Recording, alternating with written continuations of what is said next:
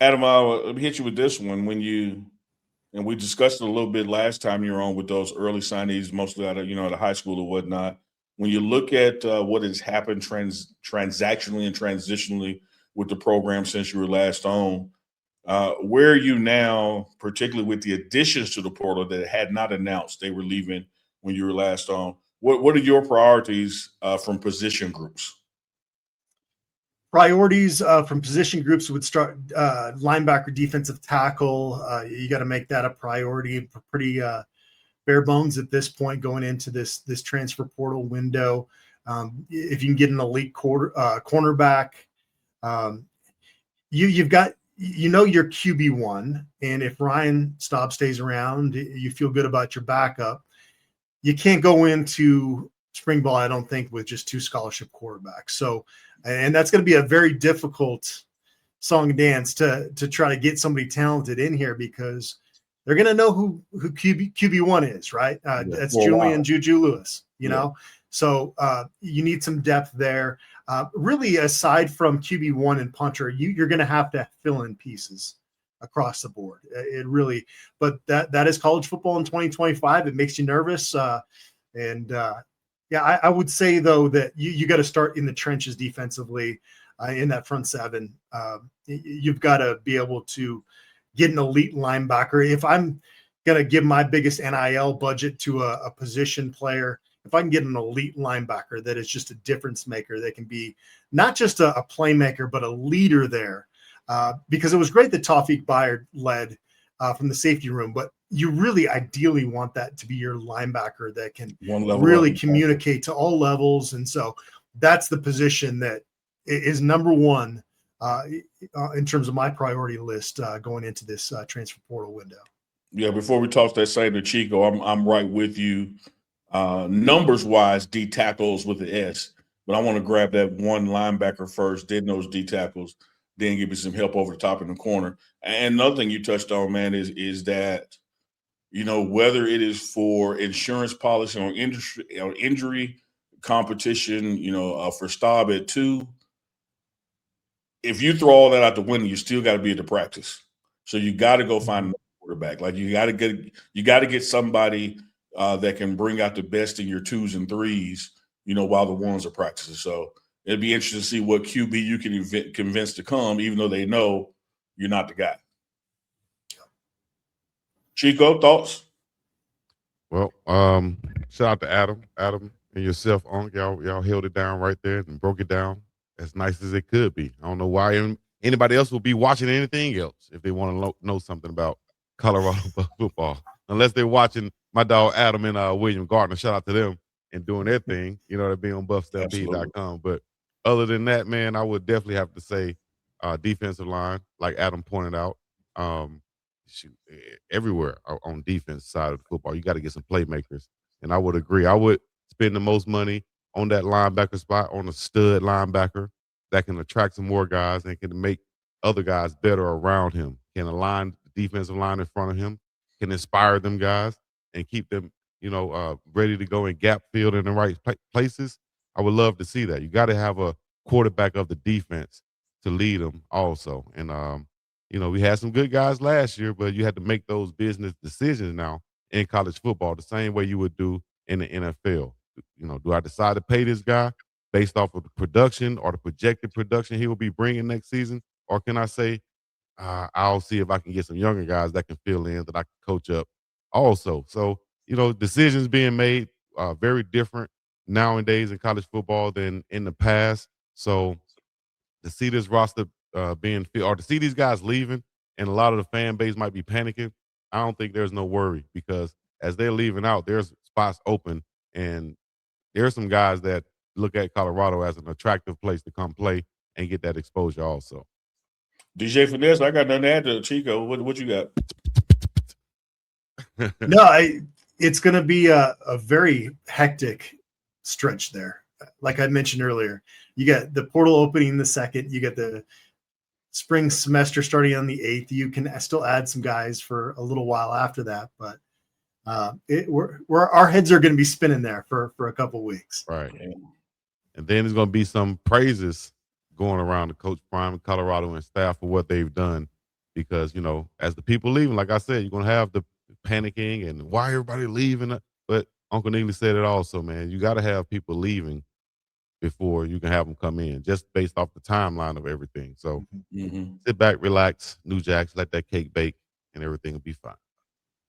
I was just watching, and it was fairly recent, but I don't know how many days ago it was. I was just watching Coach Calipari talk about from a basketball perspective, the portal, and same conclusion that we have reached and others have reached is not esoteric or secretive. He's like, dude, they leave for money now.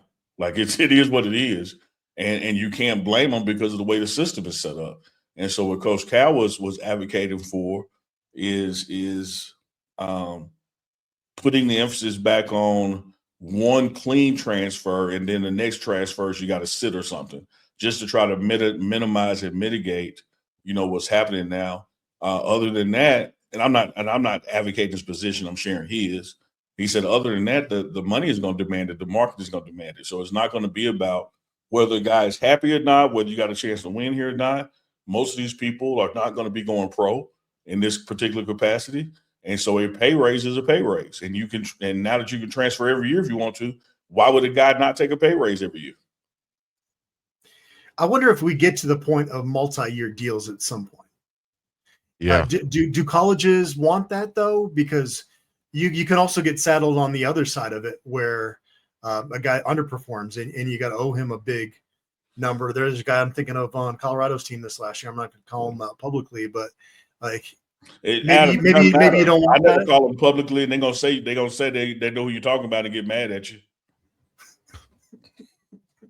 Yeah, you don't have to say a name. They just make up a name and say you said it. So, but I feel like that could mitigate some of this stuff. At least 2-year deals. So like you, at least as a college football fan, you can get bought in for 2 years on a guy. I don't know what the solution is long term, but this ain't it. Right? It's going to have to be that. It's going to have to be those contracts.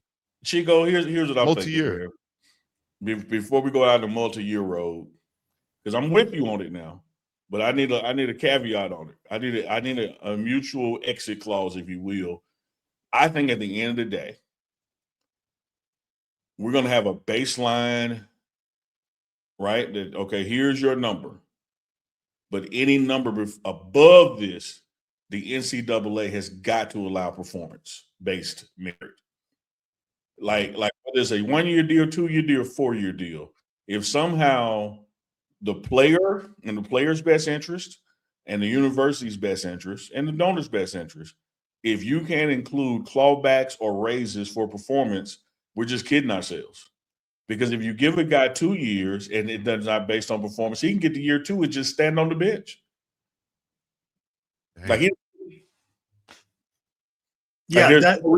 That's common sense right there. What's going to happen though is you're going to get a player that says going to sue the NCAA because the coaches didn't give him the opportunity to get on the field, even though he killed it in practice to get those performance requirements, and then we're going to be back in the courts again. And it just, it's facts.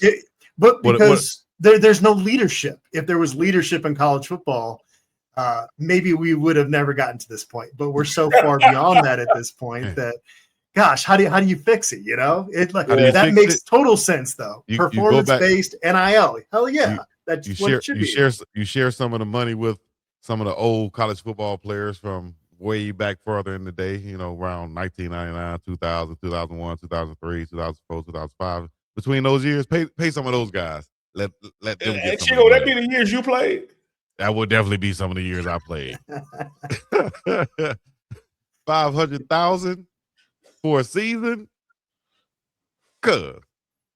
I would have been on the bench, building the bench, getting water, towels, whatever. You would never see me just standing in one spot, not helping, not adding, not doing something. What? But and I would rather deal with this problem when it comes at them. But I really think you're spot on. You see it in the NFL. The player personnel and general manager make a call down to the coach, and they say, "Hey, 3 catches a day, and we owe Chico $2 million. You might want to pull him early." Yeah. And the quarterback is on the bench saying, "Hey, Chico, I'm coming to your first 3. Yeah. Like, go get your money." So that's gonna happen if we go down this road, because somebody's got to protect the kitty and somebody's got to try to rob the bank.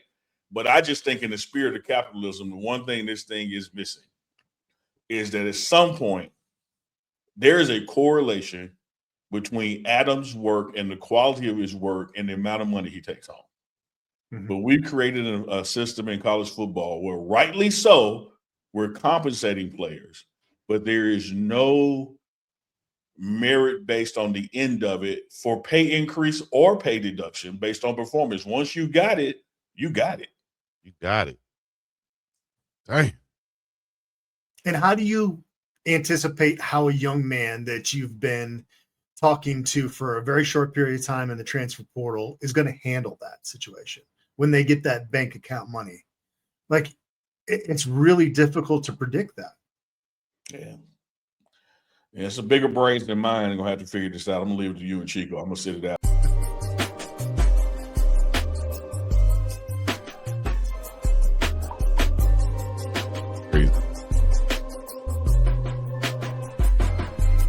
Business, baby.